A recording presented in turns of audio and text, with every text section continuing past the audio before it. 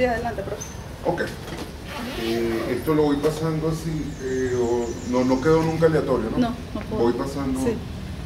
Bueno, en principio vamos a ver una serie de imágenes que pues yo les voy a ir pasando una tras otra sin ningún orden específico, pero la idea es tratar de generar la conexión de ustedes con cada una de las imágenes que van pasando. Hay unas que son informativas, hay otras que cada quien se conecta como lo desea.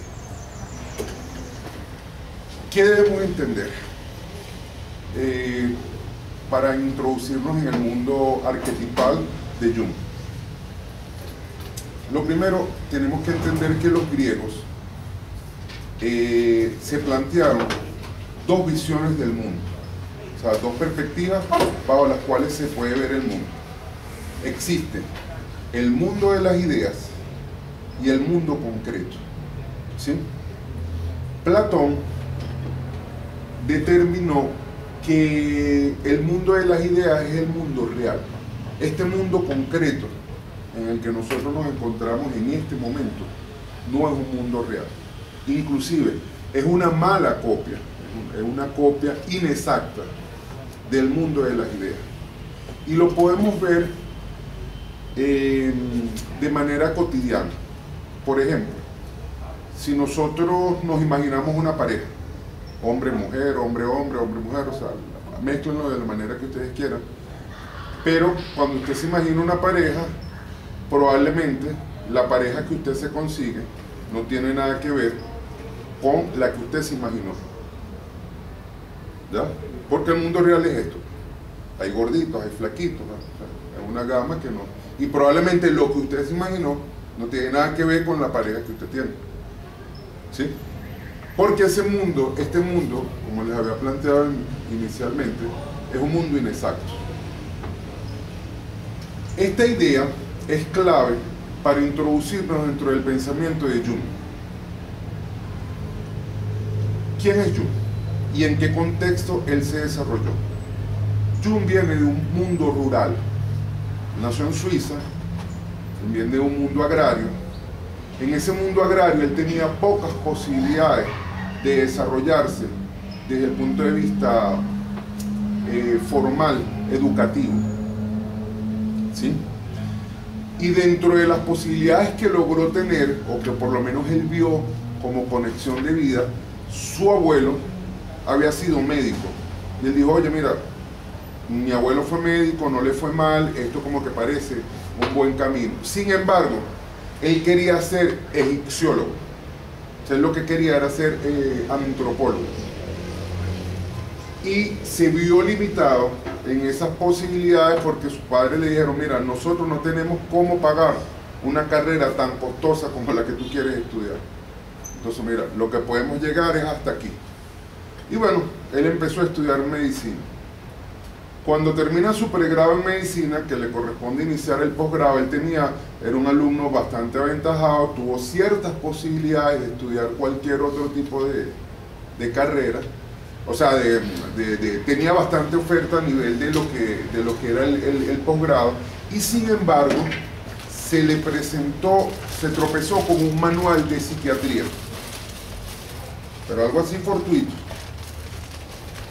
En ese manual de psiquiatría él vio que se conjugaban varios elementos que a él le llamaban la atención en la vida.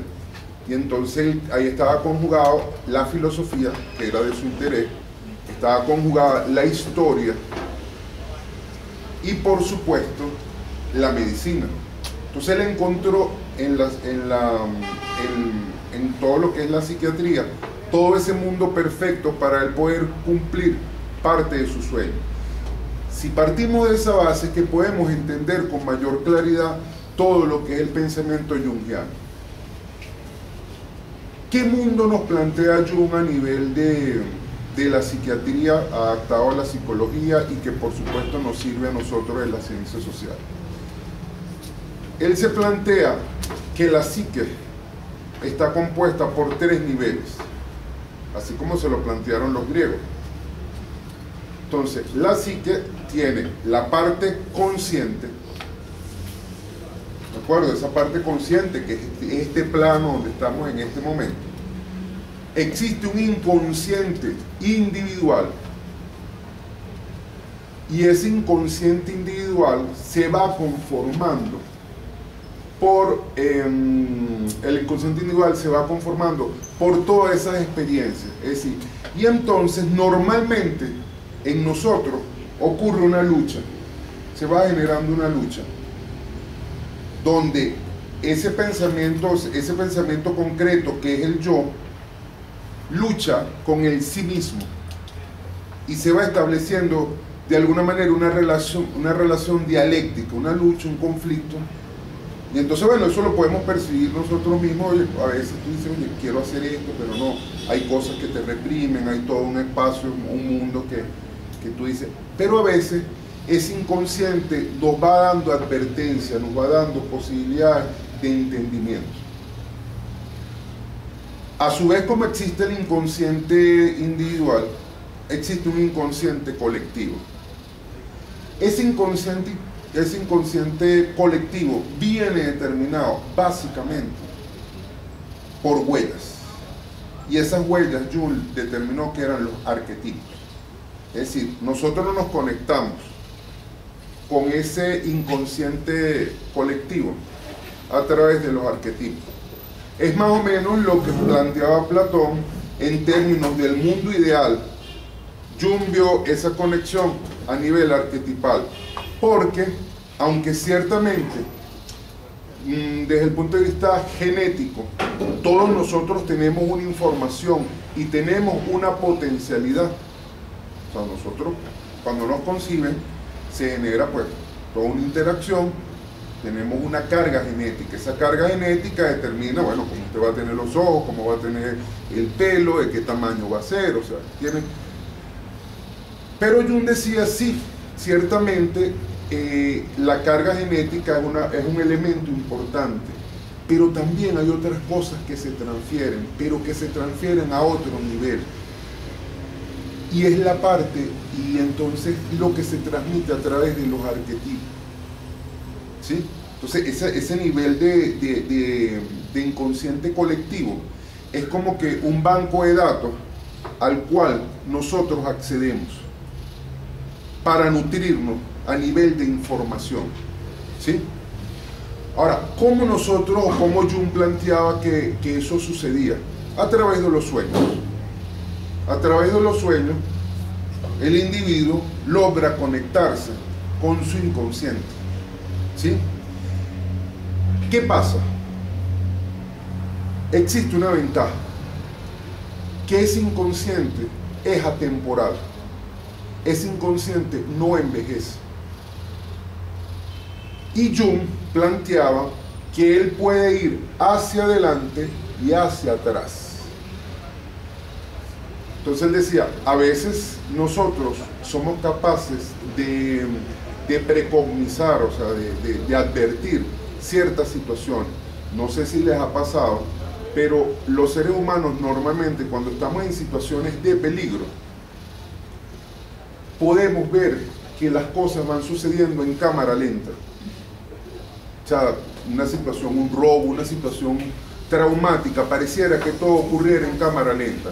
Jung decía que esos son mecanismos de preservación que tiene la psique, donde te puede advertir microsegundos antes para que tú tengas la posibilidad de acciones muy violentas, generar respuestas inmediatas. Entonces, él decía que existe esa conexión. Como también nos pasa que constantemente, por ejemplo, a veces tú dices, oye, tengo un mal presentimiento, tengo algo que oye, va a pasar, y que tú de repente... Entonces él decía que uno sí tiene normalmente una conexión con el inconsciente, pero lo que pasa es que el yo reprime todos esos niveles de inconsciente que tenemos. Ahora, ¿qué pasa? ¿Cómo nosotros vamos a vincular toda esta información con el tema fotográfico? La fotografía, en esencia, es el documento social más importante que nos rodea en la actualidad. Inclusive, la fotografía trasciende al hecho de la escritura. ¿Por qué? Porque un individuo promedio, ¿no?, para generar un documento escrito requiere muchos años de escolaridad. Es decir, usted tiene que pasar 3 niveles de preescolar, 6 grados de primaria, bueno, no sé, ahorita creo que el básico, lo que le llaman el básico, no, bueno, pero tienes que pasar los 9 años de básico, y tienes que llegar a un ciclo diversificado, pasar por una universidad, y todavía no somos capaces de generar documentos con una densidad desde el punto de vista cultural significativa, nos cuesta. Mientras que la fotografía, cualquier individuo puede generarla prácticamente desde los 3 años, desde los 2 años. Usted le puede dar una cámara a cualquier niño y cualquier anciano puede generar un documento social con una alta densidad, porque dentro de esa dimensión usted tiene una cantidad de información que nosotros tenemos que aprender a decodificar, ¿sí? Ahora, esta puerta es nuestra conexión arquetipal, o sea, es decir, la fotografía se termina funcionando como una conexión con el mundo arquetipal. Entonces, por eso es que es importante, en principio, entender cómo funciona el pensamiento junguiano, que no es la única forma interpretativa fotográfica. Existen múltiples formas de interpretar una fotografía, solamente que hoy vinimos a trabajar básicamente con los arquetipos, pero existen múltiples formas. Ahora, ¿qué es lo importante en este caso? Vamos a esperar que pase. Disculpe. No, no sé. Adelante. Bueno, buenos días, que pasen muy buen día y que la pasen chévere. Cuídense mucho y Dios me lo bendiga. Amén. Ok, estábamos que existen múltiples formas de conectarnos desde el punto de vista con la fotografía como documento. Y les aclaraba que la fotografía tiene una gran densidad documental que la puede generar cualquier persona. Además, se puede manejar sin un manejo de un idioma específico. ¿De acuerdo? Usted le muestra una fotografía a un chino y probablemente él va a entender parte de la información que está ahí contenida. Entonces se la muestra un alemán, se la muestra, y no hay ningún tipo. Inclusive, Roland Barthes decía que la fotografía, el lenguaje escrito es el complemento de la imagen. O sea, porque él decía, a la humanidad nos pasó algo después de Gutenberg, algo terrible, porque nosotros teníamos una tradición de imágenes, nosotros tuvimos una tradición importante de imágenes. O sea, si vemos desde las cavernas, la pintura rupestre, ¿ya?, pasando por las distintas fases. O sea, nosotros estábamos acostumbrados a manejarnos a través de las imágenes. Inclusive el común de las personas no leía, no escribía, pero se conectaba con las imágenes y entendía, y había una cantidad de información que se transmitía por esa vía. Sin embargo, con la invención de Gutenberg, él le hizo un daño terrible a esa evolución que nosotros veníamos teniendo a nivel de la imagen. ¿Por qué? Porque el conocimiento científico se amparó a través del positivismo en que todo tenía que ser escrito. Y lo que no estaba escrito no era valedero. Sí, bueno, sí existía, pero no era valedero, pues no tenía un gran soporte. ¿Qué pasa? En la actualidad, la fuerza de la imagen ha ido como que ha llevado a que las personas reflexionen, digan, mira, ya va, todo el mundo está generando imágenes constantemente. Todo el mundo está expresando cosas a través de esas imágenes. Entonces, el problema de la imagen como tal, o de la fotografía, no hay dificultad para generarla. Ahora, el verdadero problema de la fotografía es entenderla. Es cómo la interpretamos. ¿Por qué? Porque básicamente nuestra educación formal nos lleva a manejar el documento escrito. O sea, usted le enseñan desde primer grado, de preescolar, le enseñan la A, aquello, le enseñan el poco de letras, ¿ya?, las 28 letras en nuestro caso, los distintos fonemas, cómo se va articulando eso. Y bueno, y después le van enseñando cómo se realiza un bosquejo, cómo sacas una idea principal, aquello, lo otro, y tienes todo un proceso educativo basado en la escritura. Sin embargo, a nivel de imágenes, nosotros prácticamente terminamos funcionando como unos analfabetas. O sea, ahí están y no las entendemos. ¿Ya? Entonces, por supuesto, dentro de las ciencias sociales ha habido un llamado, que más o menos tiene unos 70 años, un llamado importante. Oye, mira, esto hay que tomarlo en cuenta. Nosotros tenemos que entender qué es lo que está pasando aquí, porque este fenómeno nos está arropando. O sea, desde filósofos como Walter Benjamin, desde Pierre Bourdieu, utilizaba la fotografía como un elemento para él contener, porque Pierre Bourdieu decía, oye, yo tengo la posibilidad de, por ejemplo, si yo voy en un trabajo de campo, plácata, aprieto un clip y yo después cuando voy a mi oficina, a mi laboratorio, al espacio donde él trabaja, tengo la posibilidad de sentarme a leer y detallar esos elementos, que de manera escrita es casi imposible hacerlo. Entonces, existen distintos científicos sociales, por supuesto la antropología ha trabajado significativamente el hecho fotográfico, en la historia no tanto. Existen pocos historiadores, o sea, sí hay historiadores que han trabajado el hecho fotográfico, pero no es lo que comúnmente... Pero bueno, las ciencias sociales están dando un vuelco hacia la interpretación de lo que está pasando. Entonces, a nivel de la fotografía como documento. Entonces, bueno, ¿qué es lo que nos permite el pensamiento junguiano? Bueno, nos permite hacer algo que ya comercialmente las marcas han venido haciendo.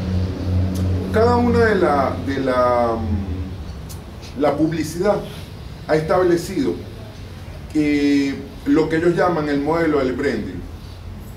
Y entonces, ¿qué es que ellos van desarrollando toda una historia para conectar un determinado público? Entonces, bueno, ellos crean su historia y esa historia básicamente está narrada a nivel visual. Y entonces por eso es que de repente una madre se conecta con un determinado producto, ¿ya? Y de repente a lo mejor determinadas personas, los políticos, hacen mucho esto. O sea, te hacen conectar instintivamente con una serie de elementos que ellos te están presentando ahí. Entonces, esas son las conexiones arquetipales, porque cada uno de nosotros va estableciendo unas conexiones arquetipales distintas, o sea, y a su vez eso tiene que ver con todo un contexto social, porque las conexiones no se hacen de la misma manera, porque aquí tenemos que entender un elemento clave. Aunque el hombre sea originario de África y básicamente tenga 3 razas, que son la amarilla, la blanca y la negra, sus conductas varían y el mayor énfasis viene dado por lo cultural. O sea, lo cultural tiene un peso grandísimo sobre nosotros. O sea, no somos los mismos. A pesar de que genéticamente tú tengas unas determinadas potencialidades, ¿ya? Si culturalmente eso no se desarrolla, probablemente eso va a quedar aplastado. O sea, va a quedar... Entonces, la parte cultural, la parte social es clave en esto. Entonces, ¿qué pasa? ¿Qué era lo que nos decía Jung? Oye, existen sociedades donde, por supuesto, hay arquetipos comunes a todas las sociedades.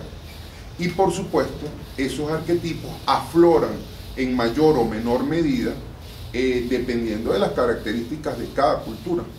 Entonces, bueno, yo tenía algunos ejemplos para que ustedes vayan haciendo las conexiones, porque por supuesto existe el arquetipo del amante, existe el arquetipo del gobernante, el arquetipo del explorador, ¿sí? Entonces hay una cantidad de arquetipos, aproximadamente son 12, hay unos que están asociados con la personalidad, otros que están relacionados con el yo. Y bueno, la idea es que esto pasara de manera aleatoria. Vamos a ver si esto va pasando, porque tenemos a Jung. Estos son los 3 niveles de la conciencia que tenemos establecidos. Entonces, bueno, aquí tenemos Aquí hay un grupo de fotografías, ustedes se conectan, estas son fotografías famosas para la humanidad y ¿cómo que se llama? Y que bueno, que sí generan cierta conexión arquetipal. Hay unas que uno está más vinculado que otro.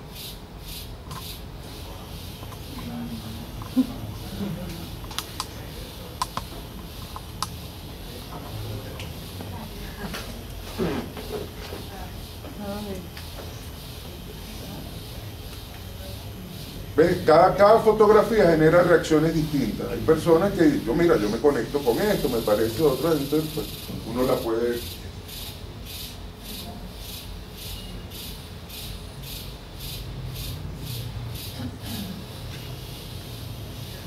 Lo conocen, ¿no? Las nuevas generaciones, ¿no? ¿Saben, no? Bueno, ese es la persona que diseñó nuestra universidad.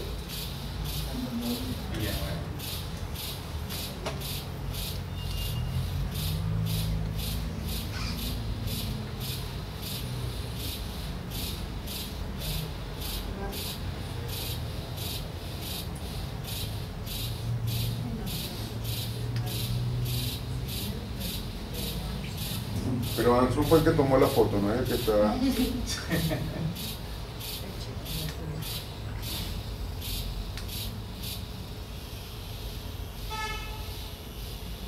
No sabe quién es. Él es Houdini, uno de los escapistas más...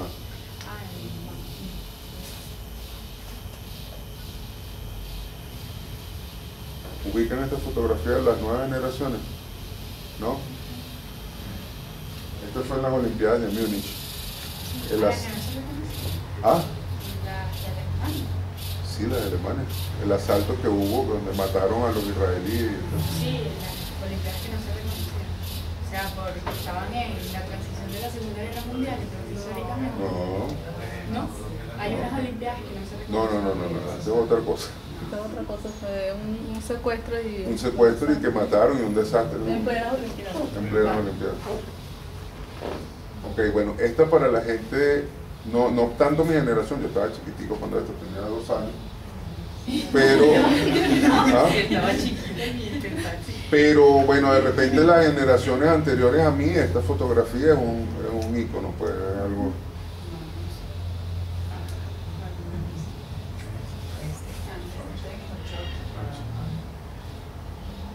Ok, este es más o menos como las marcas van mezclando los distintos arquetipos, ¿ya?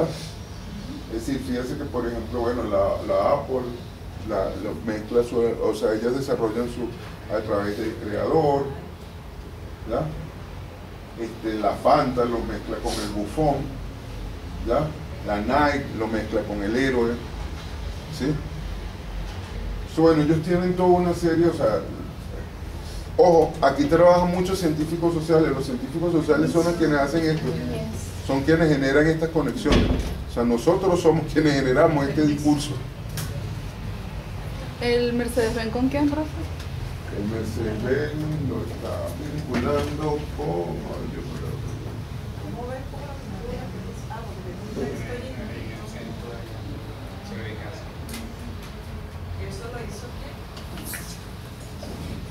Esto está tomado de internet. A Dolce Gabbana con el amante, dice. Ajá. Fanta Buffon. Claro, no sé si recuerdan ahorita, ahorita Dolce Gabbana tiene una propaganda por cable, que es un tipo que se monta sobre una tipa en un yate, una cosa. ¿Ves? Entonces, claro, ellos desarrollan todo, o sea, es decir, hacen todo el desarrollo arquetipal para que la gente, o sea, es decir, claro, porque tú no de repente, no sé, a lo mejor si tú no tienes esa conexión, a ti que Carrizo te va a interesar el perfume, pero de repente alguien que de alguna manera pues va haciendo toda la conexión. Pues. Entonces, bueno, eso es lo que Jung fue planteando a nivel de los arquetipos. Aquí tienen algunas referencias bibliográficas que tienen que ver con Jung, sobre los cuales pues... Entonces, bueno, en términos generales, esto es lo que yo les tenía preparado para el día de hoy, pues tratando de destacar la importancia de la fotografía como documento, viendo que existen, pues por supuesto existen múltiples formas de analizar este documento social, porque es un documento sumamente denso, sumamente complejo, no es de fácil análisis, ¿ya? Normalmente se requiere un enfoque multidisciplinario, o sea, no existe ninguna disciplina de las ciencias sociales que se pueda abrogar la posibilidad de la interpretación fotográfica de manera exclusiva. Y por eso es que nosotros tenemos que recurrir, por supuesto, a la psicología, como el caso de Jung o Bourdieu, o el caso de la sociología, ¿ya? Entonces, bueno, tenemos que acudir a toda una serie, a la filosofía con Walter Benjamin, o sea, tenemos que acudir con una serie de teóricos que nos permiten, o sea, que nos acompañan en esa interpretación, porque como documento, de verdad, yo pienso, estoy convencido de que la fotografía arropó significativamente a la escritura. O sea, la escritura prácticamente quedó atrás. Y en cuanto a la, inclusive en cantidad de volumen de información que se genera diariamente a nivel de material fotográfico, es muy alto. Y a nosotros nos compete interpretar eso. Y eso va a ser uno de los grandes retos de las ciencias sociales a futuro. O sea, porque, bueno, más o menos se calcula en millones, o sea, ni siquiera en cientos, en millones la cantidad de fotografías que están circulando diariamente solamente en las redes sociales. Y esas fotografías, claro, nosotros las podemos ver como un elemento que está ahí y que no tiene ninguna importancia, pero a nosotros nos compete como que esto es un fenómeno social que está sucediendo ahí, o sea, y nos toca. Y nos corresponde a nosotros decir, bueno, mira, ¿qué está pasando aquí? ¿Qué hay detrás de una fotografía? ¿Es realmente una persona que sacó la lengua y, no sé, y se hizo el selfie? Hay muchas cosas que va, bueno, de cómo se viste, de qué características, por supuesto, cada área de la ciencia podrá ver la fotografía de su perspectiva. Por ejemplo, hay ahorita estudios que se han realizado sobre Gómez a nivel fotográfico, donde los médicos pueden evaluar, oye, mira como el tipo era diabético, tenía una serie de elementos que estaban relacionados con la próstata, o sea, el tipo tenía tales, o sea, desarrollan toda una teoría basada en fotografía, pues ya no tiene la posibilidad de llegar a Gómez. Entonces, vean la densidad que tiene que gracias a Dios no tiene posibilidad de llegar a Gómez. Entonces, bueno, por supuesto, el historiador lo verá de una perspectiva, el antropólogo lo verá de otro, pero, sin embargo, para nuestra realidad, lo importante es que uno vaya como tomando de las distintas ciencias sociales, porque aquí aplica, de alguna manera, el principio básico que nos dejaba Bertalanffy. O sea, recuérdense que es la teoría general del sistema. Todo, en esencia, funciona como un gran sistema. O sea, es decir, lo que pasa es que nosotros, para poder entender el mundo, debimos fraccionarlo, ¿ya? Y entonces le pusimos un nombre a la historia, antropología, sociología, economía, pero eso solo a nivel teórico. Pero en la práctica, el mundo real es uno solo, ¿ya? Usted tiene que ir al mercado y se relaciona con la economía. O sea, eso es inevitable, pero también se relaciona con la sociología cuando está en el mercado, y también se relaciona con la historia, y todo eso está ahí. O sea, no, es que yo soy economista. Bueno, sí, ser economista es como quien dice una condición, pero no puedes empezar a ver el mundo solo como un elemento. Hay que tener una visión un poco más sistémica en todo esto, y en este caso la fotografía nos obliga a eso.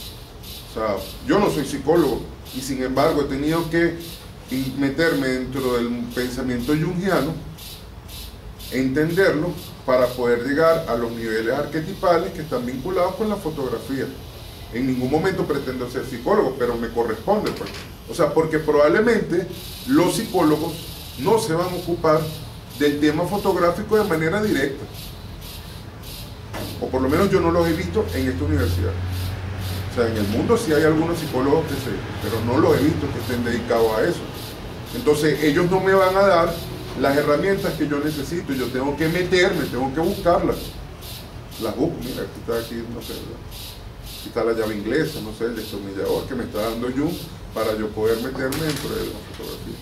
Bueno, en términos generales, este era un poco lo que yo quería dar la apertura, no sé cómo... Yo quería hacer un comentario. Yo hace varios años hice un seminario que se llamaba Sociología y Fotografía. Okay. Y fueron 5 días, y en un ejercicio que nos hizo el profesor, nos pidió que un día determinado lleváramos fotos de nuestra familia. Okay. Y bueno, ese día todo el mundo llevó un montón de fotos, las pusimos en una mesa y allí empezó a analizar. Empezó a sacar que las madres eran muy jóvenes, empezó a ver cuántos hijos tenían, y ahí se estableció todo un perfil de la sociedad venezolana. Claro. Nada más por ese momentico donde pusimos esas fotos en la mesa. Claro, porque la fotografía nos está abriendo un espacio. De hecho, la fotografía es un hecho que ocurre en el pasado, o sea, la fotografía siempre es pretérita. O sea, cuando usted ve una foto, eso ya sucedió. ¿Ya? O sea, es imposible ver una foto futurista. ¿Sí? Ok.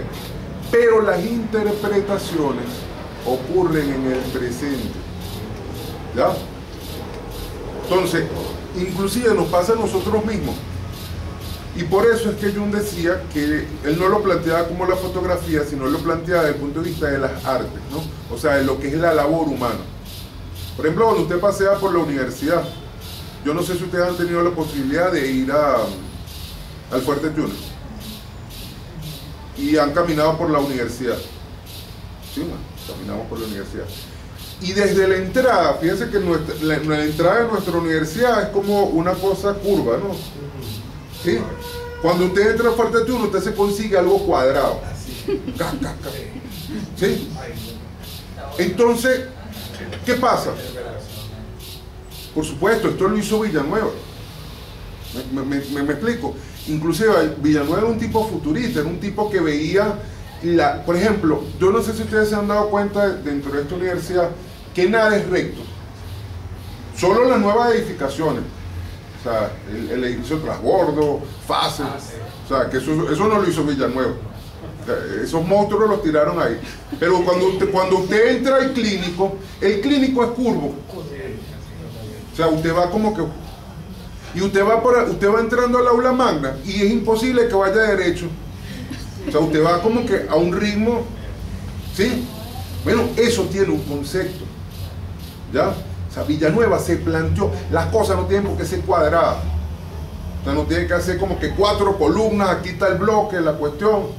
¿Ya? ¿Cómo? Que está vinculado con el conocimiento, pues. Esa es la concepción del conocimiento. Claro, entonces... No puede ser de una sola... Exactamente. Entonces, transitarlo, buscarlo. Exactamente, o sea, esta universidad tiene grandes atributos. Es decir, yo por ejemplo ahorita, porque yo nunca vengo para esta área, ¿no? O sea, nunca me había parado en este balcón. Entonces yo estaba viendo el ávil y yo veía la conexión con las matas y veía este techo que está ahí, que es curvo. O sea, en cambio, hay el techo que hicieron por allá frente a arquitectura que conecta por allá. Eso es un invento de los 80, yo recuerdo cuando lo hicieron. Que hicieron ese techo que va por allá, que une el estadio, o sea, los estadios, que pasa frente a arquitectura, ingeniería. Ajá. Bueno, eso es espantoso. Pero bueno, se nota, o sea, y es una cosa recta, o sea, es una cosa como para el camino para allá. Y resulta que no, esta universidad no era así, o sea, no es así. Inclusive hasta las partes más rectas que tú vienes por ahí por derecho, el caminito tú no lo ves derechito, o sea, no, tiene como que cierta... Y viene por la parte de humanidades, y tampoco el camino es tan derecho. Entonces, bueno, porque eso es un concepto. Entonces, bueno, la idea es que en las obras, o sea, Jung planteaba, cada uno, cuando el creador, o sea, en este caso el fotógrafo, el arquitecto, cualquier persona que se exprese, de la manera que sea, va generando todo un modelo simbólico. Hay unos símbolos. Y entonces, esos símbolos, bueno, son capaces de ser interpretados por las personas que se conecten con eso. ¿Me entiendes? Yo le aseguro que viene un militar a la universidad y entra al Fuerte Tiuna y para él es lo mismo. ¿Me entiendes? No, o sea, no va a percibir eso. O sea, por lo menos esto de la manera que yo se lo estoy planteando. A lo mejor si se lo explica, ay sí, bueno, sí es así, pero no, a lo mejor él a simple vista no lo va a comprender. ¿Ves? Pero entonces Jung decía, sí, las sociedades se conectan, el artista se conecta, el creador, y el artista no es, artista es el que hizo esta mesa. ¿Me explico? O sea, estas son obras humanas. El que hizo una puerta, el que hizo cualquier cosa, el que diseñó la lámpara, ¿ya? Esto nos está generando una serie de información que nos está rodeando. Y eso tiene significado. Cada una de nuestras acciones, la manera de nosotros vestirnos, la manera de hablar, la manera... una persona que haya nacido en Río Caribe no puede hablar como hablo yo. ¿Me explico? ¿Por qué? Porque él tiene una condicionante de vida que bueno, lo lleva a hablar de una determinada manera, al igual que el andino, que el llanero, o sea, cada uno de nosotros, y por eso es que de repente yo me molesto mucho cuando, por ejemplo, alguien dice, no, que esos dominicanos no saben hablar. Bueno, sí, ciertamente hablan espantoso, pero bueno, culturalmente ellos son así, ¿me entiendes? Y eso tiene que ser respetado.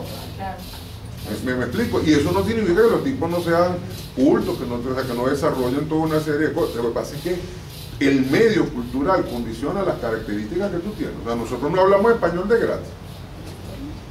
¿Me explico? O sea, hay una serie de procesos, si no habláramos ruso, chino, cualquier otra cosa. Entonces, es decir, nosotros reflejamos lo que aprendemos.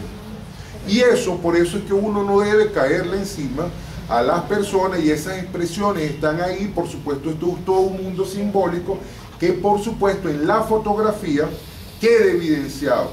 Y por eso es que los científicos sociales, cuando nos enfrentamos al hecho fotográfico, no lo podemos ver solo como un papelito, papel que está ahí, con dos dimensiones, sino que tenemos que ir a todo el trasfondo que este profesor de, no sé si era de sociología o esta persona que les dio el seminario, el taller, no sé, de fotografía, porque inclusive nos pasa a nosotros en nuestra vida cotidiana. Para eso tenemos los álbumes familiares. ¿Cuál ha sido el gran éxito del Facebook? Ha sido ese, que sencillamente, bueno, y del Instagram ni les cuento. Es decir, usted agarra, el Instagram es básicamente imágenes. O sea, te cuelgan una fotografía y cada quien la ve de la manera que le provoca. Unos ven cómo está vestido, el otro le ve la estría, el otro... Ya, cada quien ve lo que quiere ver. Sin embargo, los científicos sociales debemos aprender a ver otras cosas más allá del chisme. O sea, no, hay una serie de elementos, como nos decía la profesora. Oye, usted puede establecer más o menos la data de la fotografía, qué características, cómo se está moviendo esa persona en un medio socioeconómico, qué características. Por ejemplo, usted ahorita, porque hay una cosa que lo rico y lo sabroso de las ciencias sociales, es que en las ciencias sociales todo emerge. O sea, todo emerge. O sea, usted puede, yo puedo mentir, pero la sociedad establece sus mecanismos, y esos mecanismos están claros. Oye, que aquí no hay problema de nutrición en este país, aquello y lo otro. Nada, vea los Facebook de la gente de hace 5 años atrás y vea los de ahorita. Listo. Tengo yo que estar desmintiendo que si la FAO y asombrarme por el informe. No. Si yo soy un científico social, eso yo lo tengo que haber detectado hace tiempo. No tiene que venir la FAO a decirme hoy que hicieron un informe que aquí la gente tiene 5 años con un problema de desnutrición. No, eso no, usted lo está viendo. ¿Ya? Se está viviendo. Entonces, bueno, sí, pero entonces esa es la ventaja de nuestro mundo científico social, que usted puede tratar de mentir, pero la sociedad no le puede, o sea, aquí todo emerge. No, que las políticas estaban funcionando correctamente. No, eso está ahí, eso usted lo va a ver, eso no, yo le puedo tratar de decir aquello y la ideología, no, eso no, usted lo siente. ¿Ya? Bueno, entonces eso nosotros tenemos que verlo, y por ejemplo, ahí tenemos un documento, la fotografía. Bueno, por ejemplo, ¿cómo nosotros podemos analizar, no sé, el tema fotográfico? ¿Dónde está la fotografía de la gente? ¿Por qué la fotografía de los venezolanos están en Ecuador, en Argentina, en Perú, en España, en no sé qué cosa? O sea, ¿se está yendo o no se está yendo la gente? sea, entonces, bueno, usted sencillamente cuando usted abre el Facebook, abre el Instagram, no tiene que, bueno, ok, usted puede ponerse en esa parte que decía Panofsky, usted se puede quedar en lo que denota, que es la descripción de la fotografía. Ah, pero si nosotros vamos a la parte que connota, ¿qué significa eso? Y a su vez eso lo enmarca dentro de un contexto histórico, usted puede entender qué es lo que está pasando. Y es a donde llegamos a lo que ustedes le daban en aquel taller, pues seminario. O sea, que es la posibilidad de profundizar y entender determinadas realidades.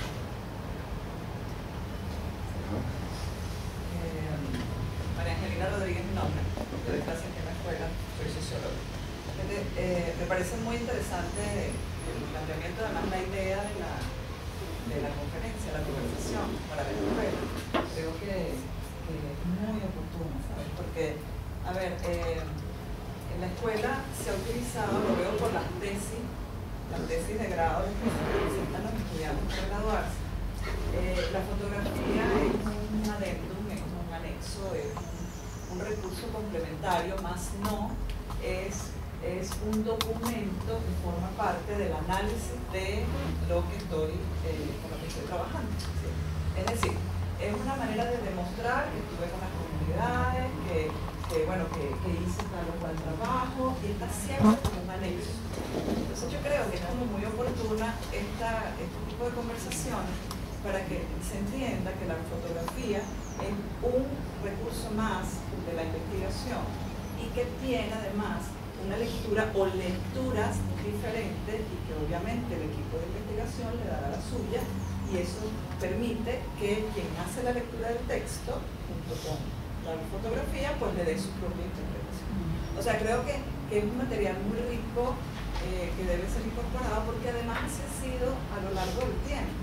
Usted ha hecho referencia a investigaciones realizadas anteriormente y a sociólogos y antropólogos. Los antropólogos, sobre todo en la investigación de acción y en la investigación etnográfica, uno de los documentos, y también la biográfica, uno de los documentos vitales son la fotografía. Y hoy, por supuesto, la fotografía a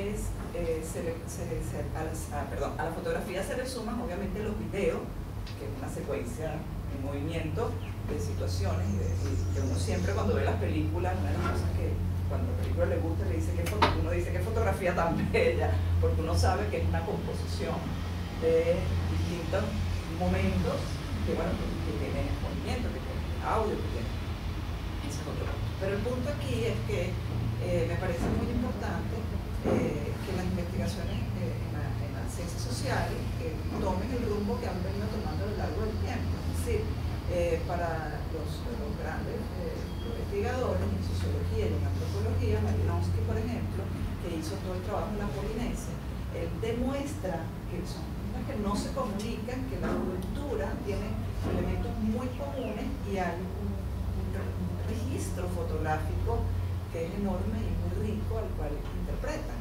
Entonces yo lo que creo es que en estos momentos, y además el tema arquetipal, da cuenta de la riqueza del documento fotográfico. Sin embargo, hoy, con el tema de las redes sociales, y con el tema, obviamente la fotografía es vista desde la política, desde lo social, desde lo publicitario, desde distintas dimensiones, desde lo psicológico, etc.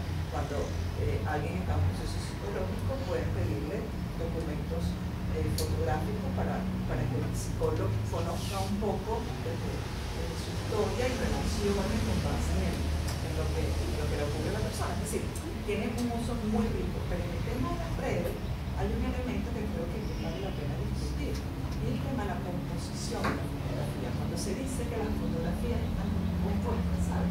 Es decir, que no es solamente el reflejo de lo que uno toma, que sin duda, como su nombre lo indica, una foto pues es estático, y de la interpretación, usted decía muy claramente, en el momento, bueno, le das vida, porque tú lo estás interpretando, ¿sabes? Después que la tienes allí.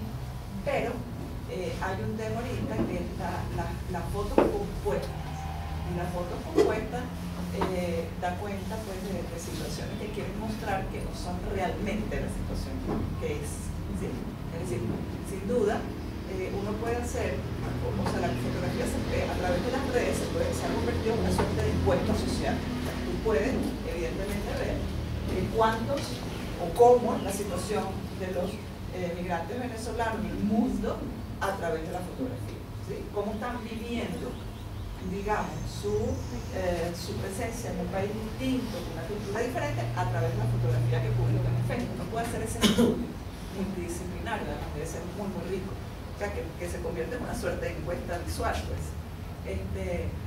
Pero hay también, desde el punto de vista político, la otra dimensión que tiene que ver con la composición de la fotografía. O sea, yo acomodo, digamos, muestro otra cara, y son las posiciones, ¿no? Es decir, el tema de la desnutrición. Yo muestro a través de composiciones fotográficas una cara diferente porque no quiero que mi realidad se vea de esa manera. Entonces esa es otra cosa que los científicos sociales están muy alerta, ¿sabes?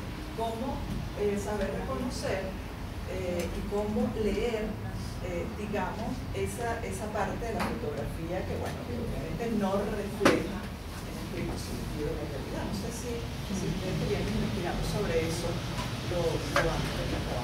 Y lo otro que quiero saber es decirles que en ciencia, la Facultad de Ciencias hizo un estudio. Estoy trabajando mucho con ellos en la universidad.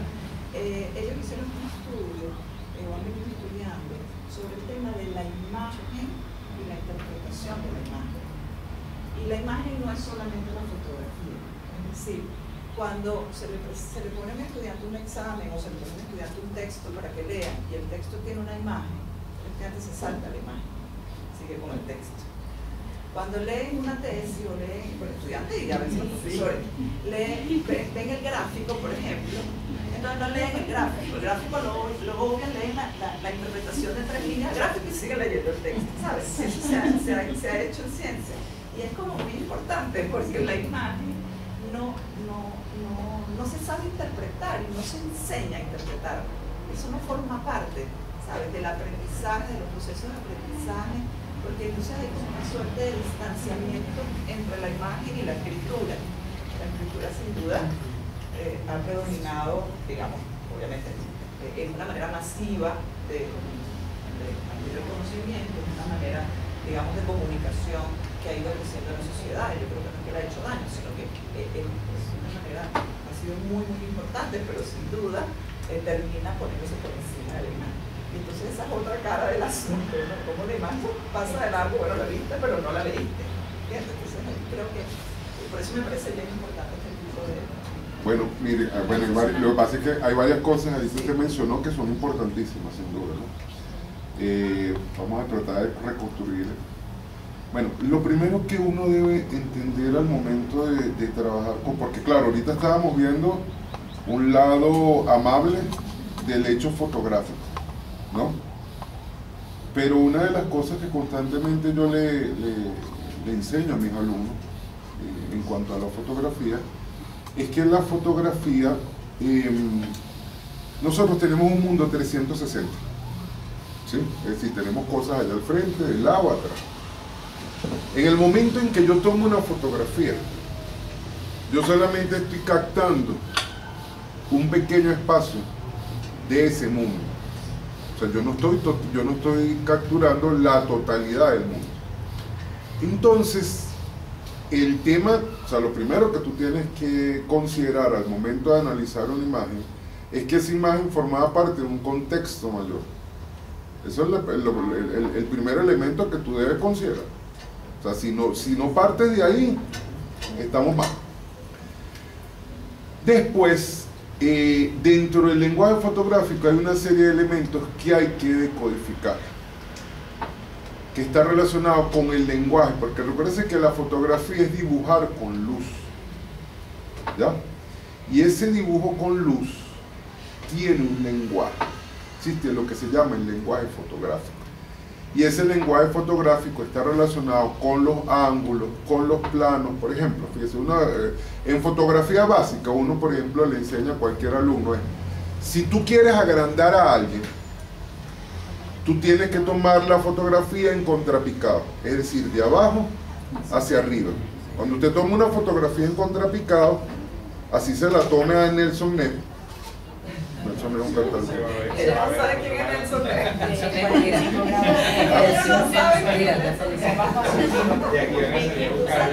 Entonces él se va a ver muy grande, se va a ver muy grande, ¿sí? ¿Sí sabe quién es? Ok, y por ejemplo, si nosotros tomamos una fotografía en picado, o sea, que este ángulo que viene así, usted minimiza las cosas. Por ejemplo, suele pasar que las chicas cuando se van a tomar una fotografía se ponen el selfie, se ponen así y se ven perfectas. Y dicen, ay, sí me veo bien. Y se repiten esa fotografía. Ellas no saben por qué. Pero es que claro, toda fotografía que tú tomes en picado va a minimizar las proporciones que tú tengas. Y te va a ver más flaco, más chiquito, más... ¿Me entiendes? Y si eso es lo que quieres, si te quieres ver más flaco, utiliza la fotografía en picado. ¿Ya me entienden?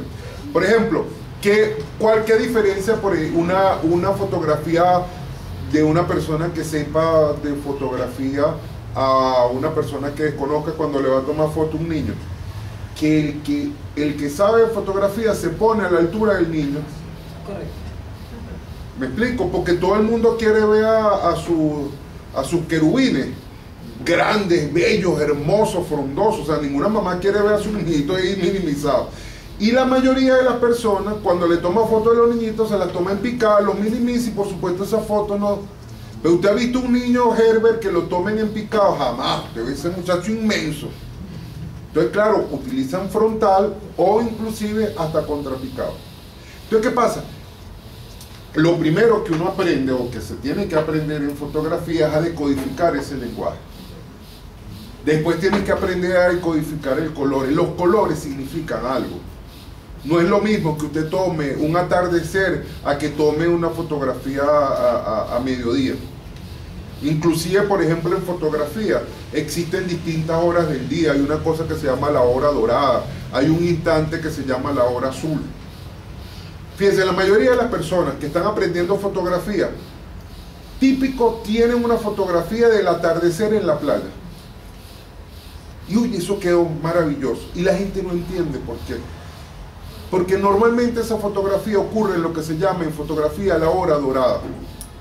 Y la hora dorada te genera una cantidad de contraste